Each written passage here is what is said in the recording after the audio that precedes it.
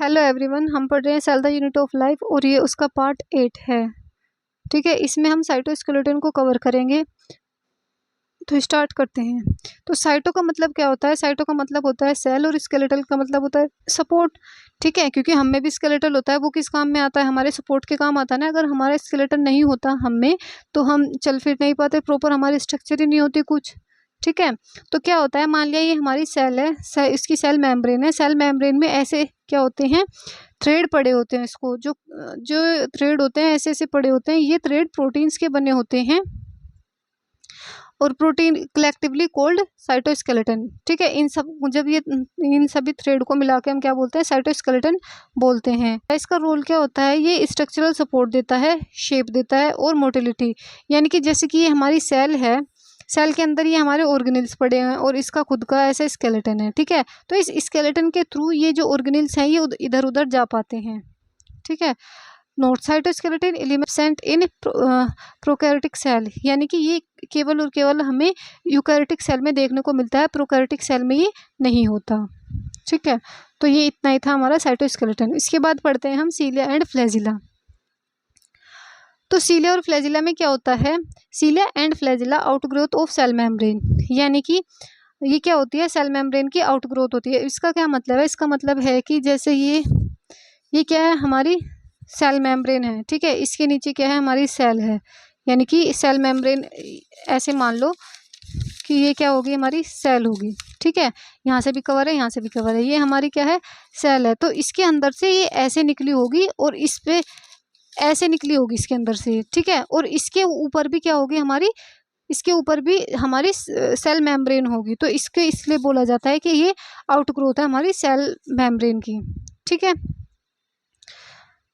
तो मतलब ऐसे होती है ये। देखो देखो ऐसे निकली होगी, ऐसे ऐसे ऐसे होती है, ऐसे। यानी कि इसके ऊपर भी क्या होती है? सेल मेम्ब्रेन होगी। तो बात करते हैं हम सीलिया और फ्लैजिला की, दोनों की बात करेंगे यहाँ पे। तो जो सीलिया होते हैं present in eukaryotic cell organism, यानी कि ये हमें प्रोकैरियोटिक में देखने को नहीं मिलते। अब अगर हम फ्लैजिला की बात करते हैं तो present in prokaryotic and eukaryotic both. तो फ्लैजिला हमें प्रोकैरियोटिक और यूकैरियोटिक दोनों में ही देखने को मिलता है। इसके बाद सीलिया में क्या हुआ? प्रेजेंट इन सिंगल सेल, जैसे कि पैरामीशियम हो गया, एंड मल्टी सेलुलर, जैसे कि हमारे सीलिएटेड एपिथेलियम हो गया। यानी कि एक सेल हो उसमें भी हमें सीलिया देखने को मिल सकता है, और बहुत सारी सेल हो उसमें भी हमें सीलिया देखने को मिल सकते हैं। अगर मैं एक सेल की बात करती हूँ तो हमारा पैरामीशियम होता है, एक ऑर्गेनिज्म होता है, उसमें हमें बहुत सारे सीलिया देखने को मिलते हैं। ठीक है, तो वो सिंगल सेल का एग्जाम्पल हो गया। और अगर मैं मल्टी सेलुलर की बात करती हूँ तो हमारी एपिथेलियम होती है, यानी कि इंटेस्टाइन की जो होती है वो सिलिएटेड होती है, जिससे कि वो उसका सरफेस एरिया बढ़ जाता है। ठीक है, तो मल्टी सेलुलर में हो सकती है और सिंगल सेल में भी हो सकती है ये सीलिया। तो ये क्या करता है? एक्ट एज और, यानी कि जो और क्या होता है जिससे नाव चलती है ना, वो होता है और। अब देखो होता क्या है मैं बताती हूँ। अब जैसे मान लिया ये हमारा पैरामीशियम है, ऐसे ऐसे ही हमारा पैरामीशियम है, इसके साइड में ऐसे ऐसे क्या लगे हैं? हमारे सीलिया लगे हुए हैं। ठीक है, और ये इसके साइड में क्या है? वाटर है। अब इसको क्या करना है? आगे की तरफ चलना है। तो ये क्या करेगा? अपने सारे जितने भी ये सीलिया होंगे ना, ये पीछे की तरफ लेकर पानी को आगे की तरफ करेगा।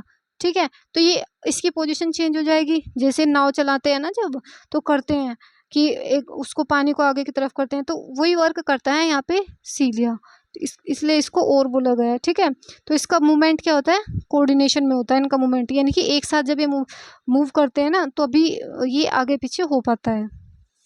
ये सिंगल सेल में प्रेजेंट होता है। ठीक है, अगर मतलब कि वो मूव कर रही है, अगर वो मूव नहीं कर रही है तो उसमें नहीं होगा। यानी कि उसमें अगर वो मूव कर रही है, अगर मूव नहीं कर रही है तो उसमें फ्लैजिला प्रेजेंट नहीं होगा, क्योंकि फ्लैजिला का वर्क होता है मूव कराना। और सीलिया का वर्क क्या होता है? सीलिया ऐसा भी नहीं है कि खाली वो मूव करेगा।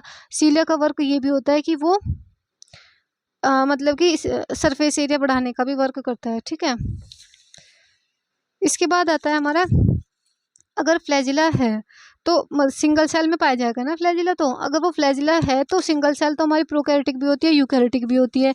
यानी कि जिसकी न्यूक्लियस प्लाज्मा मेम्ब्रेन होती है उसमें भी हमें फ्लैजिला देखने को मिल सकता है, और जिसमें नहीं होती उसमें भी हमें फ्लैजिला देखने को मिल सकता है। तो एक एक करके इन पे बात करेंगे। तो प्रोकैरियोटिक सेल का फ्लैजिला क्या होता है, उसमें हमें 3 पार्ट्स देखने को मिलते हैं। एक तो बेसल बॉडी होगी, एक हुक हो गया और एक फिलामेंट हो गया, ठीक है, और मेड अप ऑफ फ्लैजिन प्रोटीन। तो ये चीज़ हमें याद रखनी है। बट जो हमारा यूकैरियोटिक फ्लैजिला होता है वो 2 पार्ट से मिलकर बना होता है, एक तो हो गया बेसल बॉडी, एक हो गया फिलामेंट। इसमें हुक नहीं होता, और made up of tubulin protein. दोनों की प्रोटीन भी क्या है, डिफरेंट है। तो हम देख लेते हैं एक बार इनकी सीलिया की और फ्लैजिला की स्ट्रक्चर क्या होती है। देखो सीलिया में क्या होगा, ये तो होगी इसकी बेसल बॉडी। ये क्या हो गया, मैंने बताया था कि ये क्या होती है, आउट ग्रोथ होती है हमारी सेल मेम्ब्रेन की। तो ये हमारी सेल मेम्ब्रेन है। तो देखो इसके ऊपर भी क्या जा रही है, सेल मेम्ब्रेन जा रही है, ठीक है। ये क्या जा रही है, इसकी सेल मेम्ब्रेन जा रही है।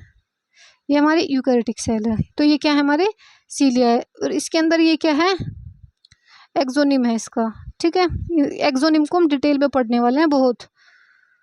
अब ये क्या होगी, हमारी सिंगल सेल होगी। ये क्या है, इसमें ये इसका बेसल बॉडी है, ये इसका फिलामेंट है। जो बेसल बॉडी होती है उसमें हमें 9+0 का अरेंजमेंट देखने को मिलता है, और जो ये फिलामेंट होता है इसमें हमें 9+2 का अरेंजमेंट देखने को मिलता है। इसके अंदर भी हमें एक्सोनिम देखने को मिलता है। और ये हमारी सेल वॉल हो ही गई, यहाँ पे भी सेल वॉल है, ठीक है। उसके बाद क्या आता है, कवर्ड बाय प्लाज्मा मेम्ब्रेन और कोर कोल्ड एक्सोनिम। यानी कि जो इसकी कोर होती है ना, कोर क्या होती है, कोर होती है यानी कि जो अंदर का पार्ट हुआ। तो जो इसका अंदर का पार्ट होता है उसको बोलते हैं एक्सोनिम। अब इस एक्सोनिम की हम डिटेल में स्टडी करेंगे। तो देखो ये क्या है, हमारी सेल मेम्ब्रेन है, ऊपर बताया था ना। और ये क्या होगी, हमारी एक्सोनिम होगी। यानी कि हम इसको ऐसे देख रहे हैं, देखो ऐसे। पहले तो हम इसको ऐसे पढ़ रहे थे, अब हम इसको ऊपर से ऐसे देख रहे हैं, यहाँ से देख रहे हैं अब इसको हम, ठीक है। तो ये क्या है, इसका ट्रांसवर्स सेक्शन देख रहे हैं हम। तो देखो ये क्या होगी, हमारी सेल मेम्ब्रेन होगी। अब इसके एक्सोनिम हो गया, ये इसका एक्सोनिम है।